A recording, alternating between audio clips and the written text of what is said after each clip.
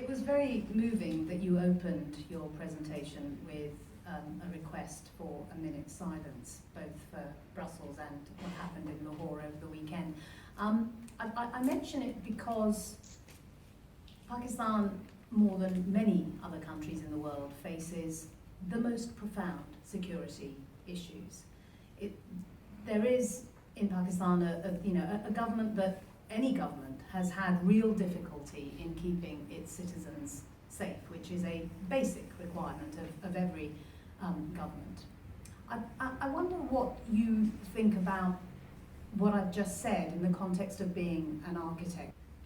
Yeah, you know, Razia, it's a very painful thing to live in Pakistan, but that is something that I feel I have to be there. I have to be there with everybody, and the issue is not only just destruction. The issue is illiteracy, poverty, ill health. I mean, because I work so closely with villagers and villages, and from the north to the south I've been, and everywhere, I just don't know why our governments are so they're just failing in everything. Because why should there be illiterate of this high level of illiteracy in a country which is 21st century, a century of knowledge? So it's really painful. It's painful when I see the destruction. It's painful when I go and work with people. It is terrible. But then the whole thing is that we've got to make it better, and it's only Pakistanis who can make it better. So we've got to be there to do it. And in the context of the way in which you work in rural areas and in villages, to what extent are you collaborating with the structures that exist in government? That's a very insightful question, because I think Razia knows the country. I don't work with government. My solution is to just go and there are lacuna and voids everywhere, okay? So we just go and plug in. And nobody even knows that we're working, actually, most of the time, because they're not there. So it's very easy. But I have to build a lot of alliances on the way, and I do build a lot of alliances. So even like, and Razia will know more than anybody else, that we have all these landlords, the Vadera system, where people don't even own the land that they're on, the Haris. And initially I thought, well, what are we going to do with them? But now I go and I make them my allies. So that, and because I build in mud, so nobody's threatened. This is an amazing thing. If I was building in concrete, they would say, no pucca houses on my land. But this is only mud, it's lowly mud, it doesn't matter. And they don't know it's stronger than their concrete blocks. But it's also about vested interest. If you're building in concrete, there will be contracts. Yes. And people bringing in the concrete. And so the vested interest aspect of it is problematic in countries where there is corruption.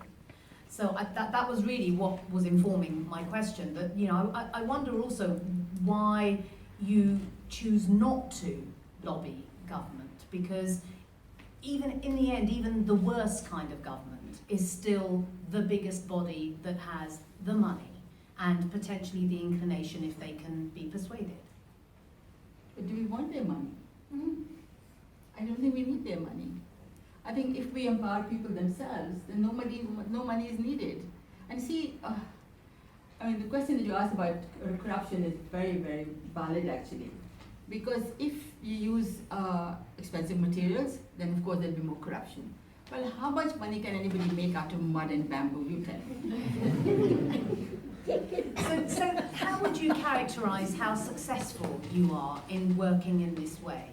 Because you've presented this evening lots of statistics which suggest that you have been relatively successful, but when you look at something like the natural disasters that Pakistan has had to confront in the last 5-6 years, quite aside from the flooding, that displaces people, and the earthquakes that displace people. Also militancy displaces people. Yeah, of course. But if we just look at the natural disasters as opposed to the man-made ones, if you're talking about something like 10 million people who might have been displaced or affected by an earthquake or a flood, that's certainly the case in 1 or 2 of the incidents that you mentioned.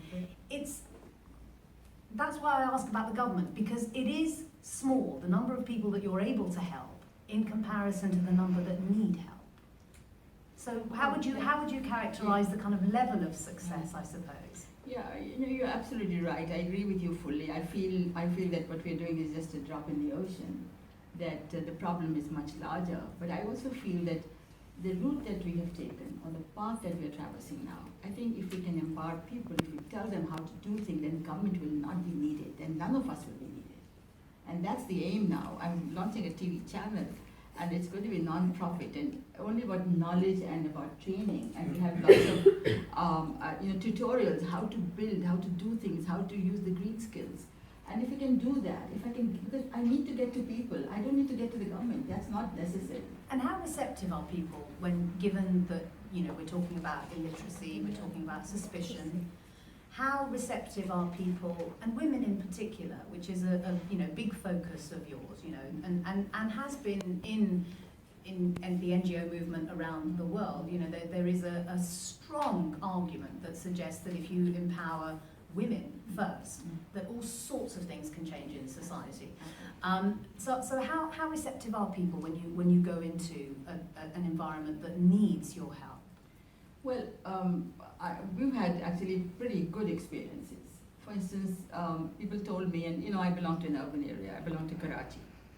So I'm really like an alien even in my rural areas, right? I mean, I could be anybody. But the fact is that when we go and tell people that, they can do it themselves, they are very receptive. And for instance, I'm told a lot of times that nobody wants their children to be educated, which is absolute bunk, because everywhere I go, they want their girls also to go to school. Except the schools are not there, or they are closed, and they just don't work. So we just tell them, I go and tell them, well, if you want a school, you have to come and help.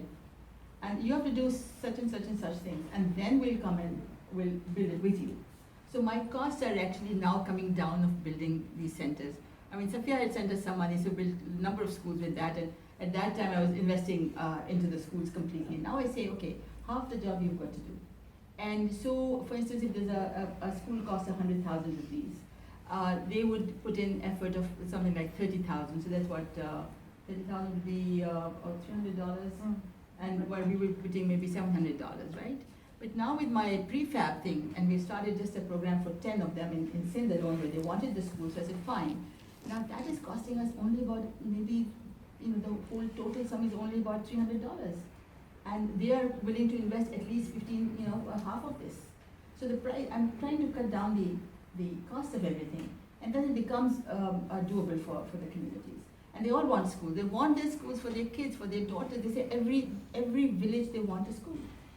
I read a staggering statistic about how education for girls around the world, in developing countries in particular, would be transformed if there were separate toilets for girls. And that would be a single issue that would change the way in which girls, at least in families where there is real conservatism in connection with wanting to educate their girls.